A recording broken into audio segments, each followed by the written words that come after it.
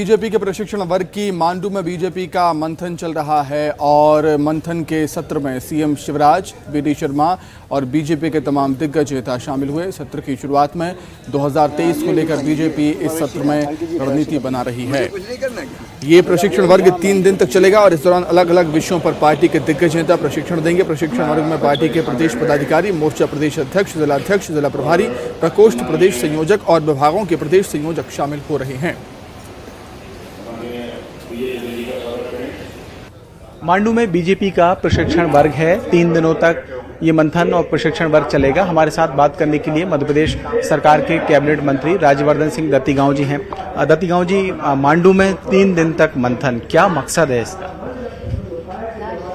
ये सामान्य तौर पे शिविर होते रहते हैं, इसमें कुछ नया नहीं है। संगठन समय समय पे प्रशिक्षण देता है और ये निरंतर प्रक्रिया है। जैसे रिफ्रेशर्स कोर्स होते हैं, हर एक जगह हर एक फील्ड में होते हैं। भाजपा भी वर्ग के शिविर लगाती है, उसी श्रृंखला में शिविर हो रहा है। अच्छा, अभी हम देख रहे हैं कि जो पिछली कार्य समिति की बैठक भोपाल में हुई थी, उसमें तय किया गया था कि 10% का जो वोट प्रतिशत है वो और बढ़ाना 51% करना है, क्योंकि लगभग 41 अभी आप लोगों का है। उस संदर्भ में लगता है कि कोई नई रणनीति, कुछ बूथ स्तर तक कोई प्लानिंग जैसी आप लोग कर रहे हैं अभी? विस्तारक योजना तो कुशाभाऊ ठाकरे जी का शताब्दी वर्ष उसके उपलक्ष्य में चलाई गई। वो बूथ तक हुई, सबको उसमें जानकारी भी आप लोगों को भी हुई। तो वो राजनीतिक। इंदौर से बड़ी खबर है। बीजेपी नेता लाल सिंह आर्य का कांग्रेस पर बड़ा हमला। लाल सिंह आर्य ने कांग्रेस और पीएफआई को बताया है एक भारत जोड़ो यात्रा में जुड़े कुछ लोग देश विरोधी गतिविधि में शामिल। कन्हैया कुमार पीएफआई के सदस्य हैं। लाल सिंह ने ऐसा कहा, गाय खाने वाले लोग बन रहे हैं भारत जोड़ो यात्रा का हिस्सा। कांग्रेस और पीएफआई दोनों में एक जैसे लोक संस्था अलग हो सकती है, लेकिन दोनों का काम एक है। राहुल गांधी कांग्रेस जोड़ो यात्रा निकाल रहे हैं। वो पीएफआई शाहीन बाग में कांग्रेस के साथ कहीं ना कहीं आंदोलन में सम्मिलित होती है। वो पीएफआई कहती है कि कश्मीर में 370 खत्म नहीं होनी चाहिए, वही कांग्रेस बोलती है कि सरकार आ जाएगी। दिग्विजय सिंह बोलते हैं हम 370 लाएंगे। वो एआईएम के मंच पर खड़ी हुई लड़की पाकिस्तान जिंदाबाद के नारे लगाती है, वो कहीं ना कहीं राहुल गांधी के साथ चलती है। वो कन्हैया कहता है कि देश के टुकड़े होंगे 1000, वो उनकी यात्रा में चलता है। वो कांग्रेस का अध्यक्ष जो केरल में गाय को सड़क पे काटता है और सड़क पे ही पकाता है और खाता है, वो कांग्रेस की इस जोड़ो यात्रा में चलता है और वो पीएफआई इनका सपोर्ट करती है। ये दोनों मिले हुए लोग हैं। पीएफआई और कांग्रेस एक ही चीज़ है। अलग अलग संस्थाओं के नाम हो सकते हैं क्योंकि दोनों का काम एक जैसा है।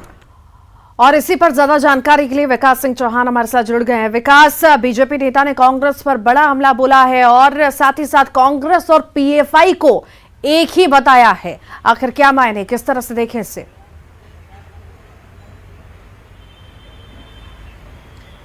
बिल्कुल ऋतु, अब से कुछ देर पहले बीजेपी के लीडर लाल सिंह आर्य ने ये एक बड़ा बयान जारी किया। उन्होंने पत्रकार वार्ता भाजपा दफ्तर पर ली थी। इसी दौरान उन्होंने चर्चा करते हुए बताया कि जिस प्रकार से पीएफआई और कांग्रेस जो है दोनों ही अलग अलग संस्था जरूर हो सकती है, दोनों अलग अलग नाम जरूर हो सकते हैं, लेकिन असल मायने में दोनों एक ही है। हालांकि इसको लेकर देश में बीते दिनों हुए अलग अलग घटनाक्रम से जोड़ते हुए उन्होंने कई उदाहरण भी प्रस्तुत किए। हालांकि कुछ उसमें ऐसे उदाहरण भी थे जिनकी औपचारिक तौर पर ये पुष्टि हो चुकी थी कि उनका उस उदाहरण से कोई लेना देना नहीं है। बहरहाल इन सबके अतिरिक्त कई उदाहरणों के साथ शामिल करते हुए राहुल गांधी की भारत जोड़ो यात्रा को उन्होंने निशाना साधा और उसी यात्रा के बाद ही उन्होंने कहा कि पीएफआई और कांग्रेस जो है वो एक ही है। हालांकि पीएफआई की अगर बात की जाए तो पीएफआई पर प्रतिबंध लग चुका है, लेकिन कांग्रेस की अगर बात की जाए तो एक राजनीतिक दल है। हालांकि उसमें कई बड़े नेताओं के नाम उस दल में शामिल है। बहरहाल इन सब के विपरीत बीजेपी के नेता लाल सिंह ने इस बात पर इशारा किया, इस बात को बोला है सार्वजनिक तौर पर कि दोनों एक ही तरह काम करते हैं, दोनों का काम एक ही है, नाम अलग है, संस्था अलग है, लेकिन काम एक ही है। बहरहाल यदि वाकई में ये उनके आरोप आरोप है, तो अब जरूर ये माना जा सकता है कि इसके बाद बड़ा घमासान मच सकता है। रितु, विकास, जिस तरह की बयानबाजी आजकल हम देख रहे हैं, तो मर्यादा जो एक होती है ना राजनीति में, वो लगता है कहीं बची नहीं है। कुछ तोल मोल के नहीं बोला जाता, बस बोल दिया जाता है। क्या मायने निकलेंगे उससे कोई फर्क नहीं पड़ता।